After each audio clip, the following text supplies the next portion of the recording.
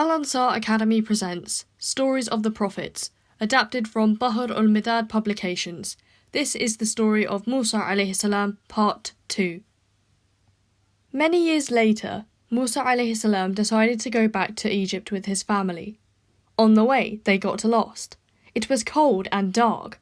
Suddenly, they saw a fire.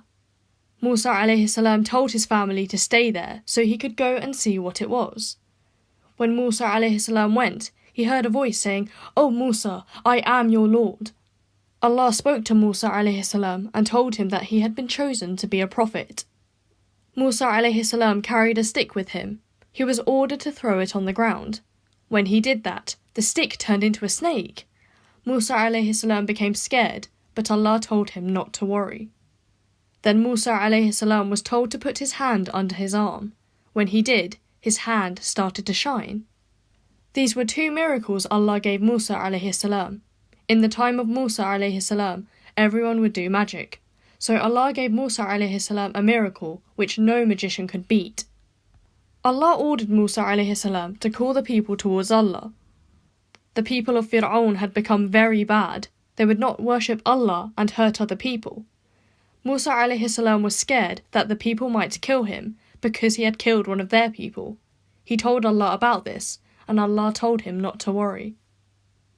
Musa alayhi salam wanted to go to Fir'aun to call him towards Allah and what was good. He asked Allah if he could take his brother Harun along with him as a helper. Allah let Harun go along with Musa alayhi salam. When Musa alayhi salam arrived at the palace, he was now a prophet. Musa alayhi salam told Fir'aun about Allah. He told him about how powerful Allah is. When Fir'aun saw the stick changing into a snake, he said that it was magic. He challenged Musa alayhi salam to try to beat all his magicians. Fir'aun called all the best magicians of Egypt to compete with Musa alayhi salam. Fir'aun was sure that the magicians would win. The day of the challenge had come. Everyone gathered to see who would win. Fir'aun promised the magicians a big reward if they won. The magicians asked Musa alayhi salam if they should go first or if he wanted to go first. Musa alayhi salam told them to go first. The magicians threw their ropes and they turned into small snakes. Musa alayhi salam became a little worried. Allah told him not to worry because he would help him. This was just magic. Allah had given Musa alayhi salam a miracle. A miracle is stronger than magic. The time for Musa alayhi salam to throw his stick came. He threw his stick and it turned into a huge snake which ate all the small snakes up. The small snakes were fake.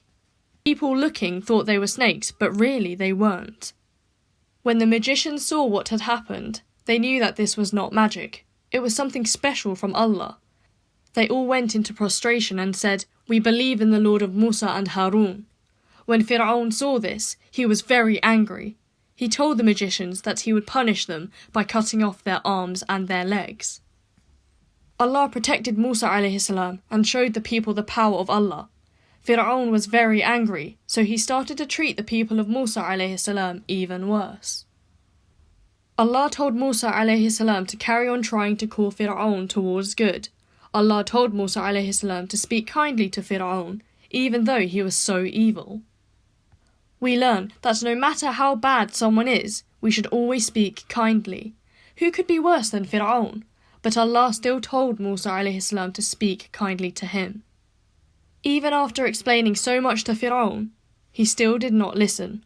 Allah sent down different types of punishments so Fir'aun could realize and become good again. Allah sent down frogs, locusts, lice, and even a flood.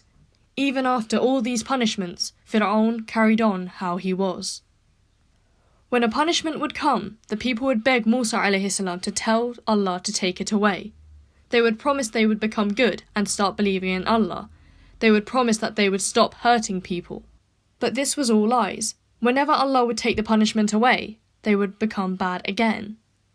Allah then told Musa alayhi salam to take his people away from Fir'aun. Allah wanted to save his people from the evil of Fir'aun.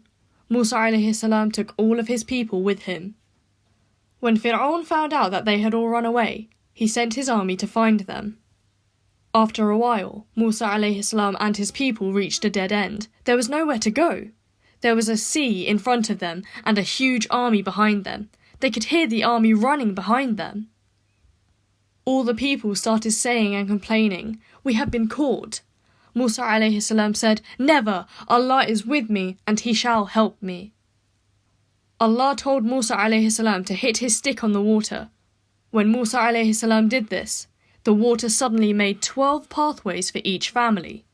Musa alayhi salam and the 12 families safely got to the other side.